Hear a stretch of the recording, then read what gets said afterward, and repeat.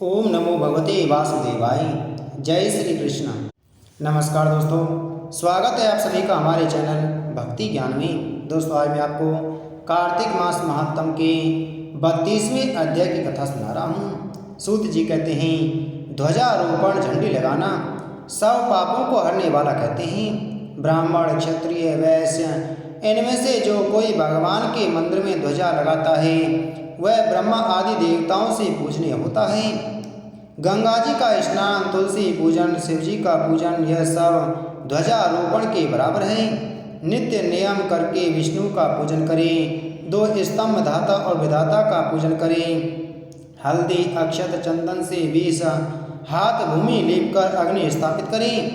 घी खीर से 108 आहुति देवें। ध्वजा को भगवान के मंदिर में ले जावे। स्तंभ युक्त ध्वजा विष्णु जी के मंदिर के द्वार शिखर में बांधें। चंदन, अक्षत, पुष्प, धूप, दीप से विष्णु का पूजन करें। भगवान की स्तुति करें। हे चैतन्य रूप विष्णु, आप प्रसन्न होइए। आप हमारे जगत में व्यापक हो। माया से मोहित लोगों को आप दूर दिख पड़ते हो।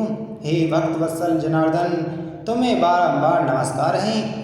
इस प्रकार स्तुति कर विष्णु जी को नमस्कार करके ब्राह्मणों को भोजन करावे तथा दक्षिणा देवे। आचार्य को जो ध्वजारोपण करता है और जितनी बार ध्वजा पवन में हिलती है उतने ही पाप नाश को प्राप्त होते हैं। जो पुरुष बांधे हुए ध्वजा को देखकर नमस्कार करते हैं उनके भी पाप नाश होते हैं। नारद जी कहते हैं कि एक पुरातन इतिहास सुनाते हैं। पूर्व काल में सतयुग में सुमति नाम वाला एक चंद्रवंशीय राजा था। वह भगवान का भक्त, हरि की कथा सुनने वाला, अहंकार रहित सप्तद्वीप का राजा था और सत्यवती नाम की उसकी बड़ी पतिव्रता स्त्री थी। दोनों ने ही अनेक तालाब कुएं और बावड़ी बनवाई। सत्यवती नित्य ही भगवान के मंदिर में भगवान के सामने नृत्य किया करती थी। राजा भी कार्तिक शुक्ला द्वादशी को भगवान के मंदिर में ध्वजा बांधा करता था। एक समय राजा और रानी को देखने के लिए विभांडक ऋषि आए। मुनि का आगमन सुन राजा व रानी ने उनका बड़ा सत्कार किया। राजा रानी की ऐसी श्रद्धा और नम्रता देखकर मुनि राजा से पूछने लगे कि हे राजन, भगवान को प्रसन्न करने के और भी बहुत से साधन हैं, परंतु इस ध्वजारोपण में इतनी श्रद्धा क्यों है? सो आप कहिए। राजा कहने लगा कि हे महात्मन, यह बड़ा आश्चर्य युक्त इतिहास है, सो सुनिए। मैं पहले मालिनी नाम वाला, कुमार्गी, चुगली करने वाला, धर्म का द्वेषी, देवता और ब्राह्मणों के द्रव्य को हरने वाला, गौ और ब्राह्मण का नाश करने वाला, मांस आदि खाने वाला, चोर, लंपट तथा महापापी शूद्र था। सदा मद्रापान और वैश्यागमन करता था। हमारे ऐसे कर्म देखकर भाई बांधवों ने हमको त्याग दिया। मैं वन में आकर एक टूटे हुए विष्णु के मंदिर में रहने लगा और वन में मैं जंगली जंतुओं को मारकर अपना निर्वाह करने लगा। इसके पश्चात विंध्याचल पर्वत में रहने वाली कोकलिनी नाम वाली निषाद की कन्या, जिसने अपने पति को मार दिया था, वह दुष्ट भूख से व्याकुल हुई हमारे पास आई। हम दोनों ने अपना अपना वृतांत एक दूसरे को सुनाया। इसके बाद वह वहीं पर हमारे पास रहने लगी। एक समय संयोगवश जिस दिन कार्तिक शुक्ल द्वादशी का दिन था, हमने एक कपड़े को बांधकर उसकी झंडी सी बनाई और दोनों ही खूब मदरा पीने से बेबल होकर वह झंडी हाथ में लेकर नाचते रही। सारी रात नशे में नाचते रहने के कारण प्रातः समय हम दोनों की मृत्यु हो गई। तब यमराज के दूतों ने हम दोनों को फांसी बांध लिया और मारते मारते यमपुरी में ले जाने लगे। इतने ही में विमान लेकर भगवान विष्णु के दूत भी वहां पर पहुंच गए और यम के दूतों को धमकाने लगे कि मूर्खों, तुम पापियों को यमपुरी में ले जा सकते हो, धर्मात्माओं को नहीं।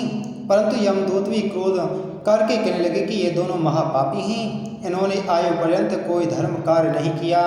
भगवान के पार्षद कहने लगे कि महाखेद की बात है कि तुमको धर्म और अधर्म का कुछ ज्ञान नहीं। जो बात वेदों के अनुकूल है वही धर्म है और जो वेदों के विरुद्ध है वही पाप है।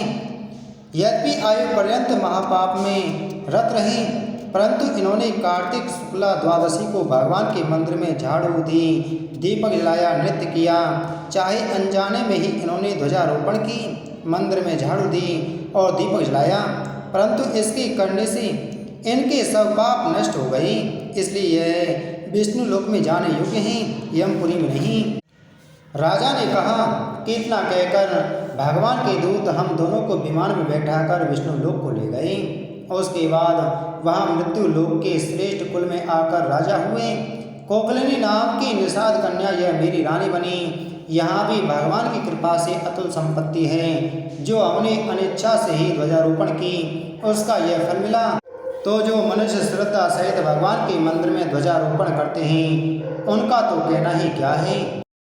इतनी कथा सुनकर ऋषिवर कहने लगे कि हे सूत जी, जब हम आपसे तुलसी के विवाह की विधि पूछना चाहते हैं सो कृपा करके वर्णन कीजिए। ऋषिवरों का यह वाक्य सुनकर आनंद में मग्न हुए श्री सूत जी कहने लगे कि हे मुनीश्वरों, आओ मैं आपके सामने तुलसी जी के विवाह की विधि का वर्णन करता हूँ, इसलिए आप सावधान होकर सुनने का कष्ट करें। जब उत्तरायण रवि हो, गुरु शुक्र का उदय हो, विवाह के नक्षत्र हों और विशेषकर पूर्णिमा हो अथवा कार्तिक का महीना व भीष्म पंचक हो, तब तुलसी वन में वह अपने घर में सुंदर मंडप और उत्तम हवन कुंड के सहित मनोहर वेदी की रचना करता हुआ ऋत्विज ब्राह्मणों को जो विद्वान और राग द्वेष आदि से रहित हो निमंत्रित करे और गृह यज्ञ आरंभ करता हुआ मातृकाओं की पूजा करें। हे मुनीश्वरों, ऋतुजों के उपस्थित हो जाने पर पहले नंदी मुख श्राद्ध करें, तत्पश्चात भगवान सालग्राम बनाकर उनका विधि विधान से पूजन सामग्री से पूजा करें। ऐसा जो करेगा बांदी की तुलसी को उनके समर्पण करें। इस प्रकार विवाह विधि से तुलसी जी का प्राणी ग्रहण करने के बाद विधि पूर्वक होम करें। इसके बाद सपत्नीक यजमान भाई बंधु और सेवकों के साथ चारों ऋतुजों के सहित विष्णु भगवान का प्रेम प्रदक्षिणा करता हुआ शांति पाठ और मंगलगान के साथ साथ बाजे आदि भी बजवाने चाहिए। हे मुनीश्वरों, ऐसा हो जाने के बाद यजमान को गौदान और सैया दान करना चाहिए। ऋतुजों को दक्षिणा देकर प्रिय भोज और जाति भोज करना चाहिए। यह सुनकर सूत जी कहने लगे कि हे मुनीश्वरों, इस प्रकार जो मनुष्य श्रद्धा भक्ति युक्त होकर सत्य शांति और संतोष को धारण करता है, विष्णु भगवान को तुलसी दल समर्पण करता है, वह समस्त पापों से रहित होकर संसार के सुखों को प्राप्त करता हुआ अंत में विष्णु लोक को प्राप्त होता है। इसमें संशय नहीं है। हे मुनीश्वरों, जिस प्रकार से तुलसी जी के विवाह की विधि बताई गई है उसी प्रकार आंवला, समी और पीपल के विवाह की विधि समझनी चाहिए। इति श्री कार्तिक मास महात्म 32वां अध्याय संपूर्ण। बोलो कार्तिक मास महात्म की जय। बोलो विष्णु भगवान की जय।